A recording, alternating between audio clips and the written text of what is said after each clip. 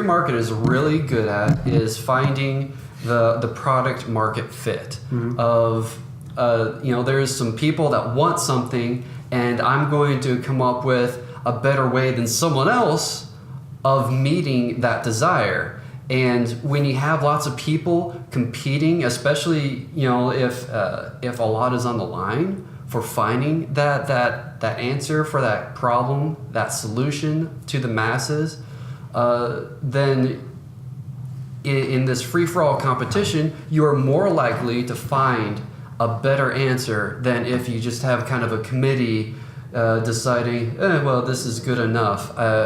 Nothing in my personal life depends on it. It's just you're going to have more innovation that way. Where you start to have problems, though, is you don't always get the best results for society, or you don't always, even though you may find great product market fit, you may not be finding the right products. So, for instance, like it would be great if we found the cure to cancer, but what's going to have a much better return on investment is if you can turn everyone's mobile phone into an instant pancake maker.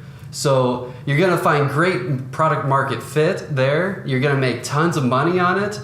And if you cure cancer, well, then no one needs anything anymore. And that's why there's so much money pumped into making a better Viagra pill. But lots of diseases, like there's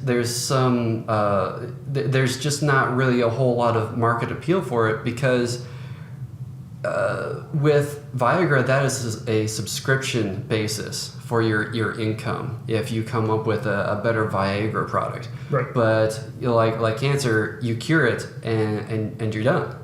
So that's one of the issues with that I see with completely, like with unfettered free markets, is you're not necessarily getting the best results for society. And theoretically, speaking from a theoretical perspective, unfettered free markets, as far as I can tell, lead to feudalism at some point.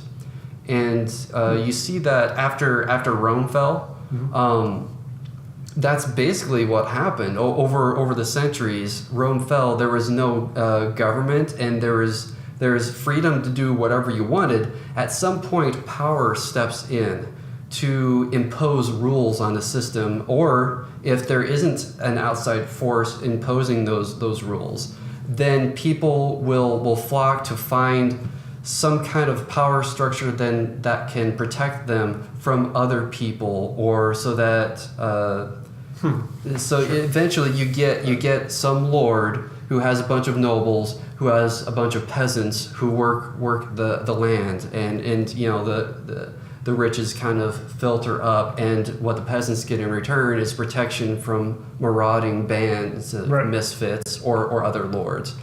And we saw that again start to develop in the Gilded Age at the end of the 19th century, turn of the 20th century, where you had people working in wage slavery.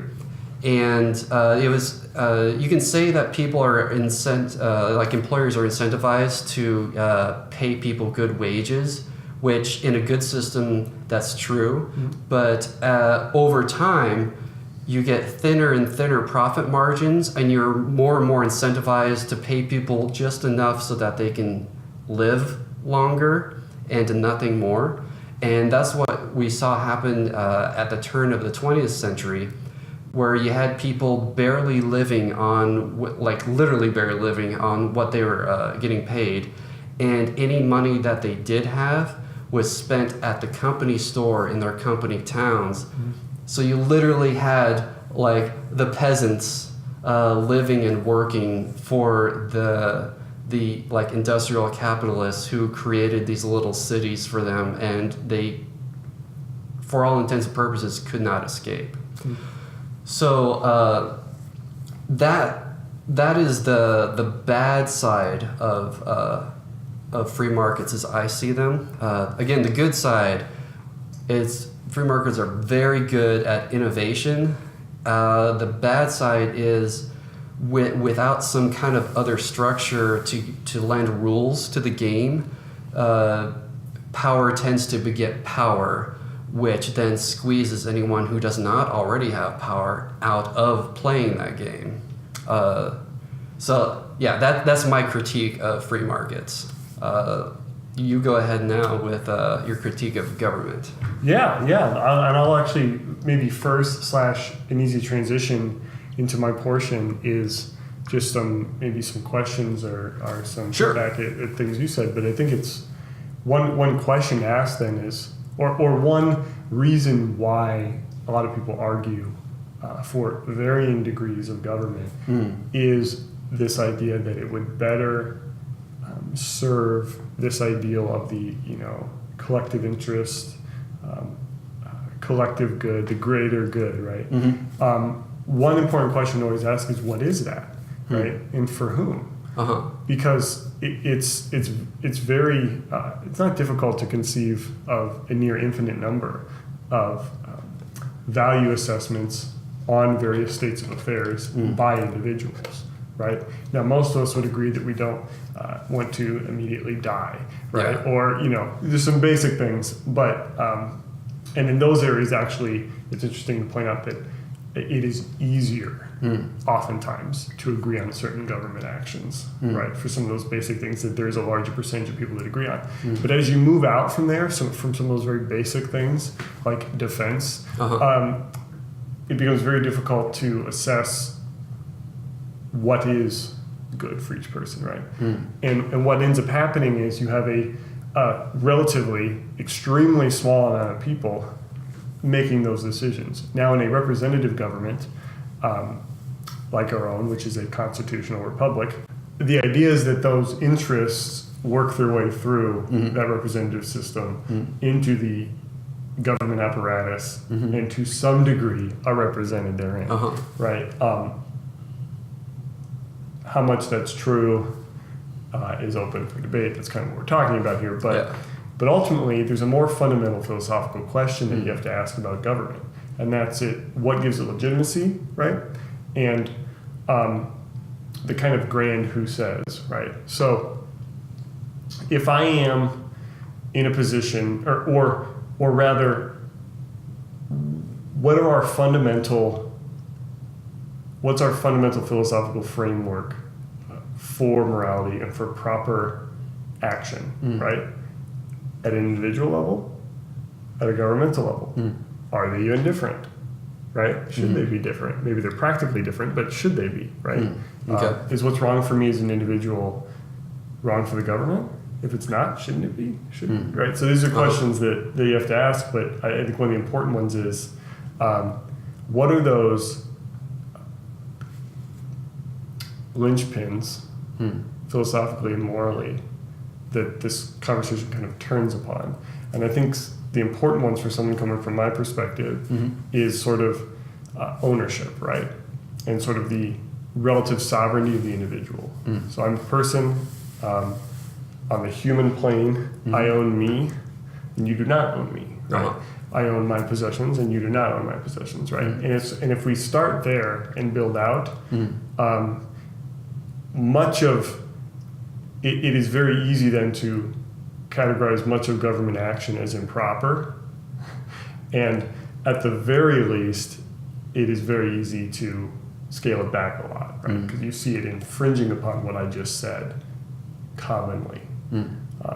Now, in terms of what some might argue are pros of government, you can talk about, some argue, I don't agree with this, that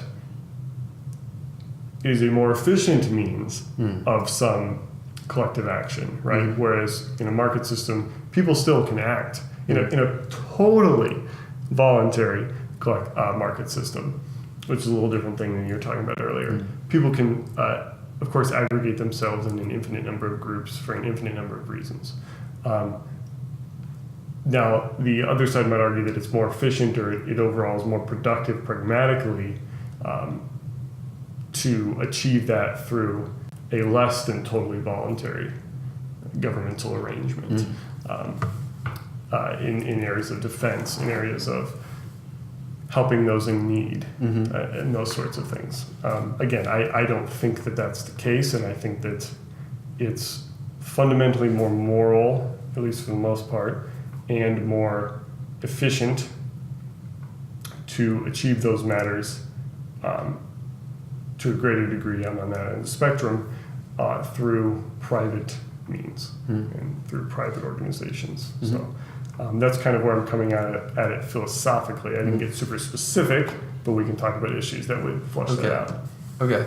Yeah. Could you summarize again pros and cons for me? Yeah. So basically,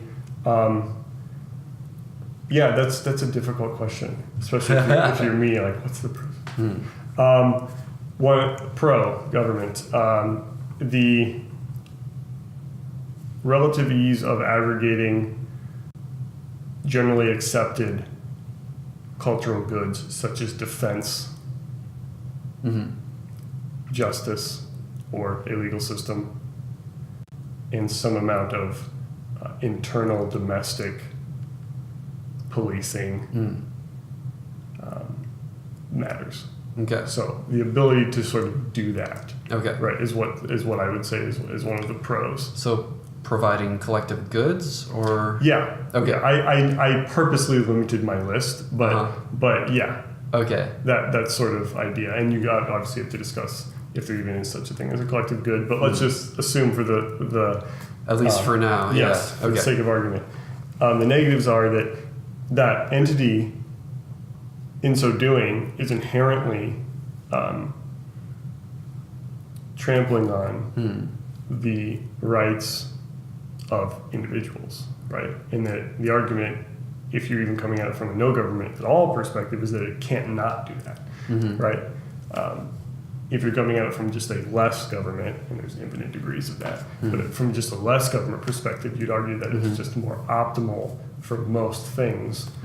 It's more moral and more optimal to achieve those varied goods, which again are different per individual through private means. Okay. So the con is, in the end, you see it as being less efficient or less effective, and also less moral. Yes. Okay. I would say that idealistically, I'm somewhere close. I'm somewhere in the minarchist camp, which is a sort of a bare bones functions of government only type of situation. So like some national defense, police, and some sort of court system, and that's basically it, right?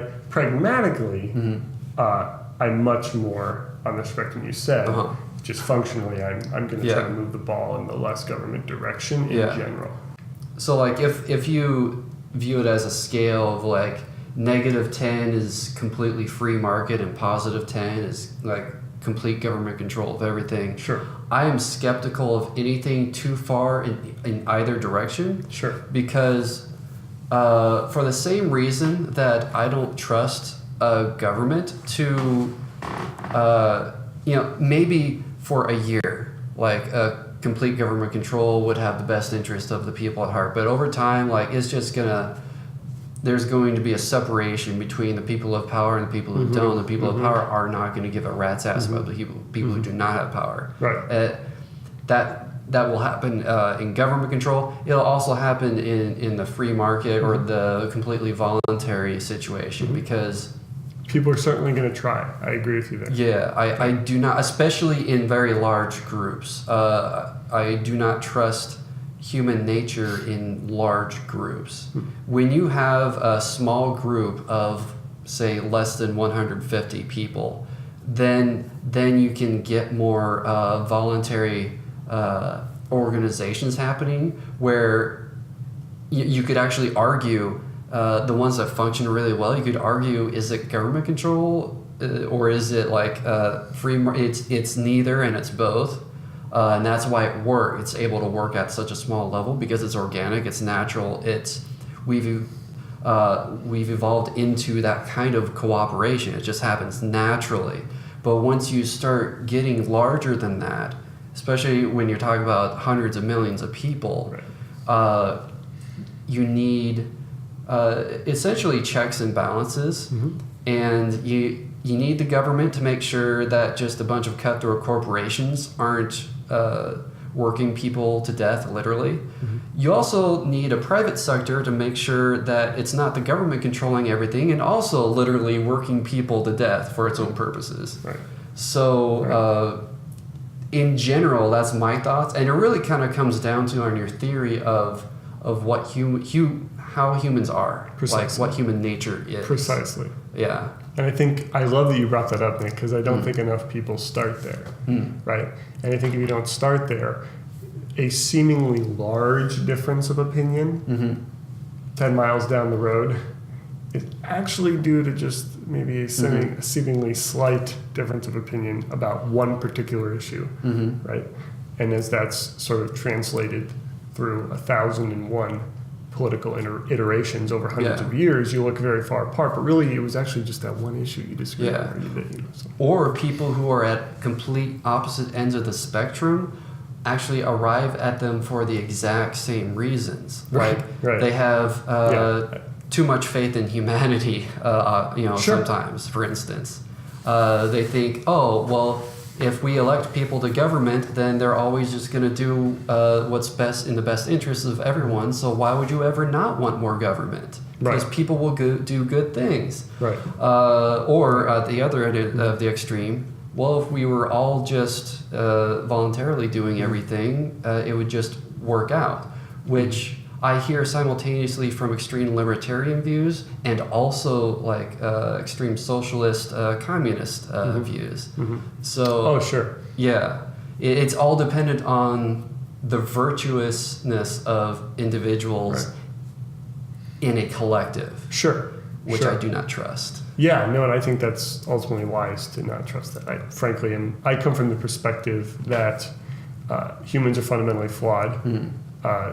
Theologically speaking, depraved, right? Like, so they will naturally and always choose the thing apart from God's changing them that is anti the good, right? Now, on a basic fundamental level, when we're talking about like economic things and stuff, we're not talking about heart attitudes and things like this, then of course I can speak in the general sense and say yes, they will choose good things, right? But so that's just where I'm coming from in there. And one thing I would say to the other point you made, that I think that a lot of people on the voluntary side of the spectrum would argue, or rather the market-oriented voluntary side of the spectrum would argue that their position isn't contingent on the goodness of man, only that he seeks his own self-interest, right? And so that is, and so in so doing, the argument from that perspective is that is fundamentally A and B more aligned with reality, and obviously therefore much more achievable, because it's only contingent on you doing what you think is best for you, and all the checks and balances are other people doing the same thing, right? So if you're this business attempting to abuse me, I'm gonna go work for the other guy who wants my labor if I have a skill, so he can make money, right? And you're both competing for me, right?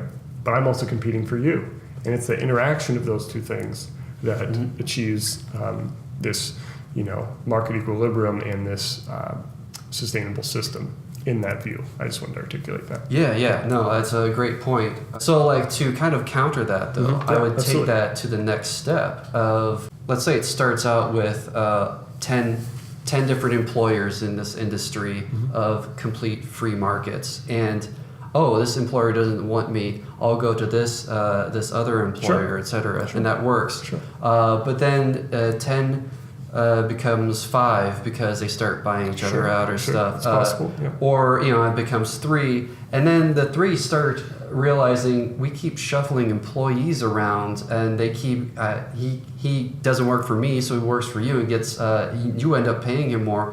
Why don't we all just Let's agree? collude. Exactly. Right. So once that starts happening, and the 3 big guys start agreeing, okay, we're not going to pay any of our workers more than 100 scribnecks or whatever monetary value you want to come up with. Dollars is equally as we'll just do dollars. Yeah, as arbitrary. We will not pay any of our employees more than $10 an hour. And it was like, okay, yeah, agreed. And then you lose efficacy in that theory of if he doesn't want to hire me, I'll go somewhere else. Sure. Now, here's part of the answer to that, and that's that those companies have now put themselves out of balance with reality, right? Because the actual value of my labor isn't what they're paying me, right? So there's a gigantic hole, there's a gigantic magnet in the market for someone to actually extract the proper value out of me. Now you can take it becomes interesting when you're taking sort of microcosms like this one town or something, right? So it's interesting to talk about that, right? And one of the keys to all this, of course, is minimal barriers to entry, right? So for these competitive forces to operate at anywhere near optimal levels, let alone halfway there, you need relatively few barriers to entry so that competitors can enter and create this these healthy competitive market forces, right? These dynamics to be in play. So obviously, there's lots of situations, and much has been written from both our perspectives on that exact issue that I'm sure we can delve into at some point, further if we want to. So I'm not sure how much further down this rabbit hole to go, but maybe just a little bit further. Sure. Just a little bit. Yeah, the rabbit is still burrowing. Let's take just a bit of a sidestep, actually. And so when I think about the supposed efficiency of government versus the efficiency of free markets, private sectors, immediately what comes to my mind is the Soviet Union versus the United States. Obvious comparison. And the Soviet... Spoiler alert. Oh. We won. Okay, continue. By we, he means the U.S. The U.S. Capitalism.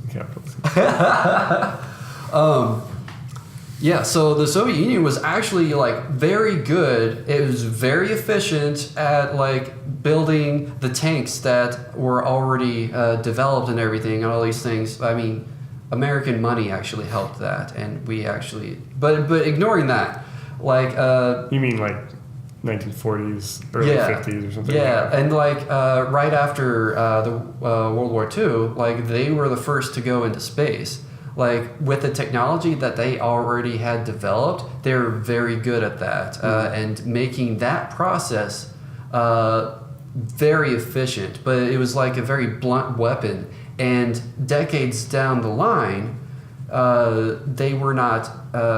they didn't have the same kind of innovation that the capitalist free market American system had.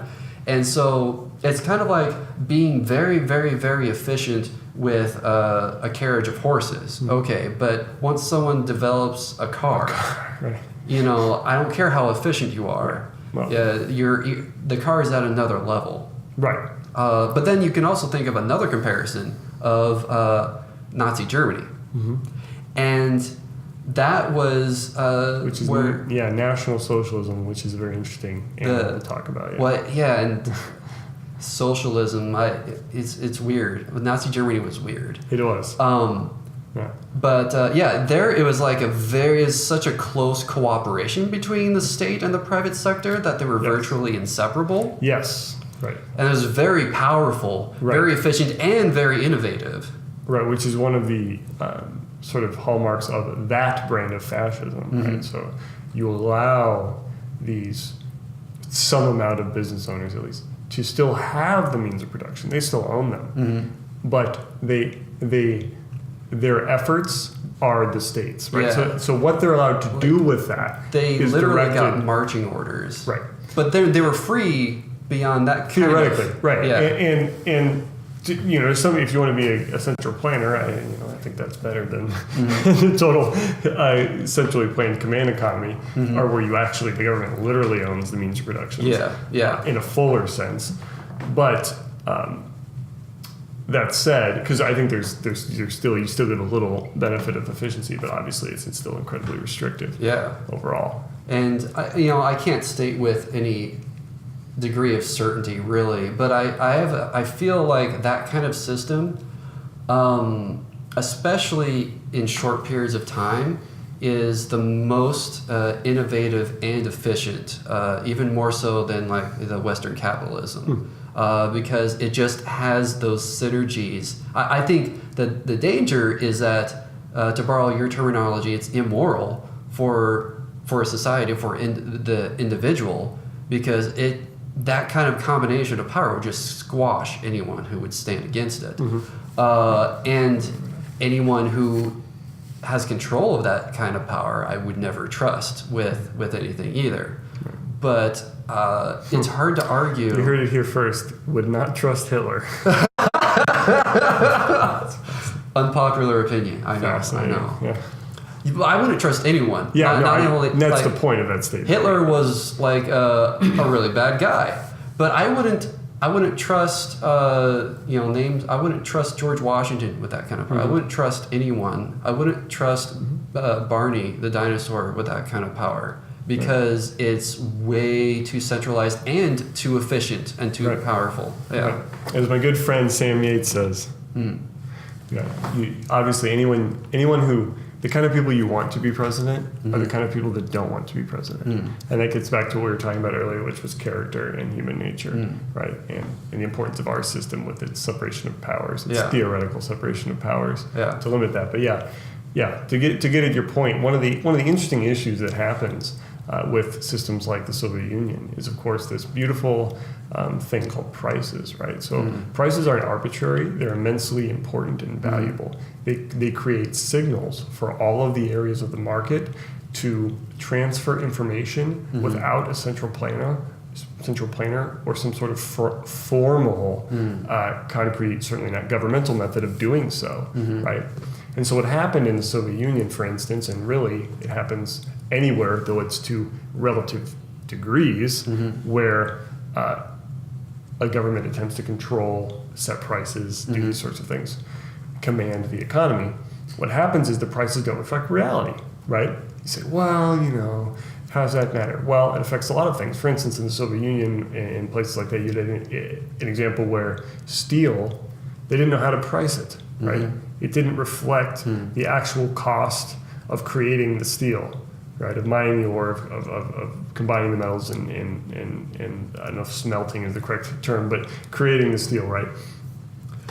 And so what they did was, and why that's important is that the steel be properly priced, is you have to know that those, like on the supply side, you have to know what resources you need, how many resources need to be dedicated to even getting the steel, right?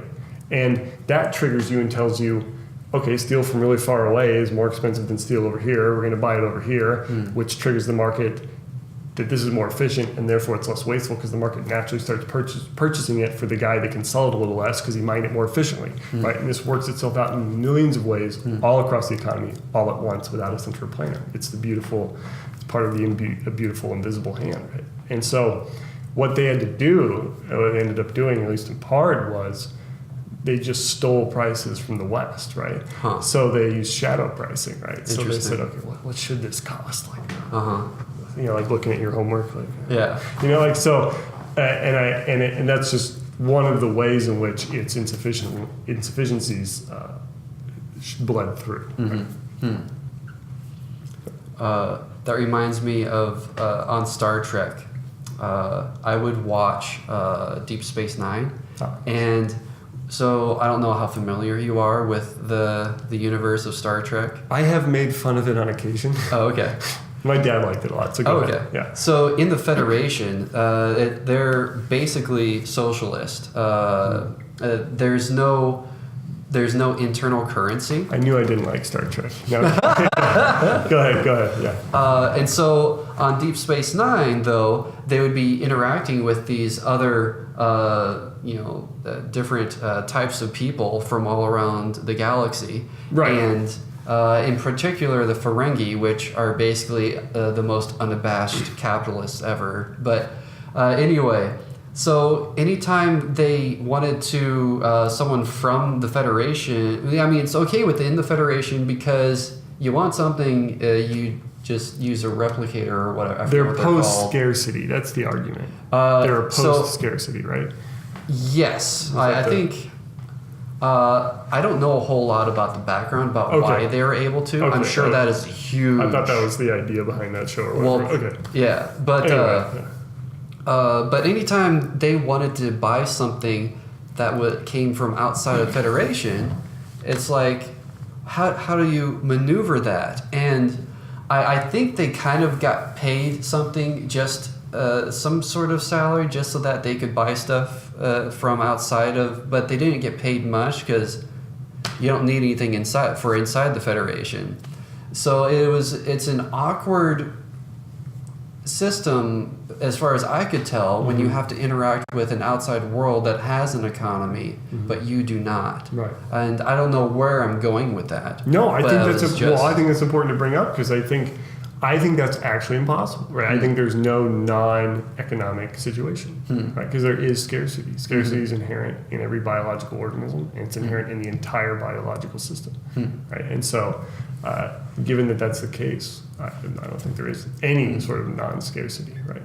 There's always something you want, and there's something you have, and there's something you don't have. Yeah, I thought about it, and really the only fair way to go about it,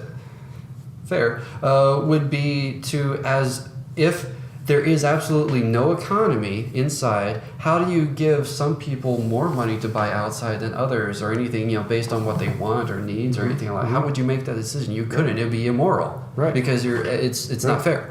So What if you could assess the value of what they were doing? Oh, wow. Yeah, Right. well, the That's only my point. fair thing Yeah. I could come up with would be the group as a whole would have to decide, yes, Right. Jake, you can buy that baseball card from Nog for Right. $600 or whatever. Right. Oh, thank you. Doesn't that sound absurd? Yeah, but that's... But that's precisely what happens. well, that's not what happened in the show. In the show, they No, I made some meant- money, I meant- but yeah. In the real world, right? It becomes this absurd. But maybe I'm just not getting it. It could just be that I'm not, I'm not thinking about it the right way. Right. But yeah, And this Anyway. gets into subjective value theory of money versus subjective value theory, right? Versus other theories of value, right? Like labor theory of value and stuff like that, right? So, really, this lamp and this plant are worth to you whatever you say they are. Right? It doesn't matter if I spent 15 hours making this lamp. It doesn't matter if this lamp is made out of diamonds, right? To you, it's worth whatever you're going to pay for it, right? When we aggregate that, we can create sort of we have a market, we reach some sort of market price, right? That's constantly shifting and that's technically never perfect, debatably. But anyway, yeah. So that's an important concept there as well, because then the government walks in and says, no, that item is $15, but I want to pay 10 for it. And you selling it say, but I want to sell it for 10. The government says, no, it's worth 15. What's it really worth? Right? And that's at the heart of a lot of these philosophical disagreements. And now I'll put some skin on the bones I just laid down, and that's this, that what I just said about the $10, $15, let's make that minimum wage. Because remember, labor is just something you're selling, right?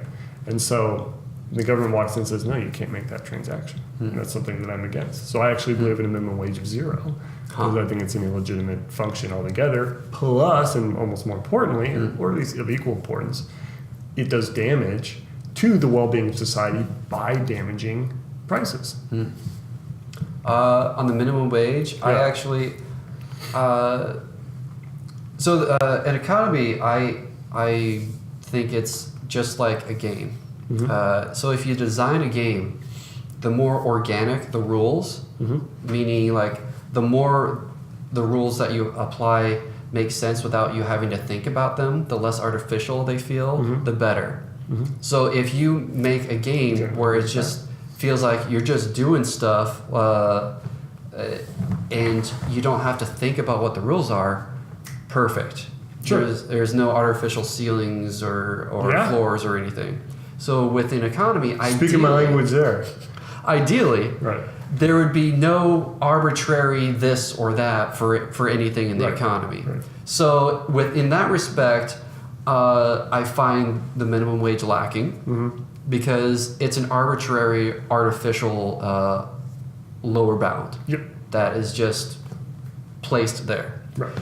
On the other hand, Yeah. what I spoke about in the Gilded Age, where Sure. people were in wage slavery and they're effectively being peasants for their lords, that is what the minimum wage is there to protect against. Because if there's any sort of monopolization or collusion or lack of competition from the people at the top, then the people at the bottom will only be given the bare minimum for survival and nothing more. So in that tension, the for me the minimum wage wins out in that tension.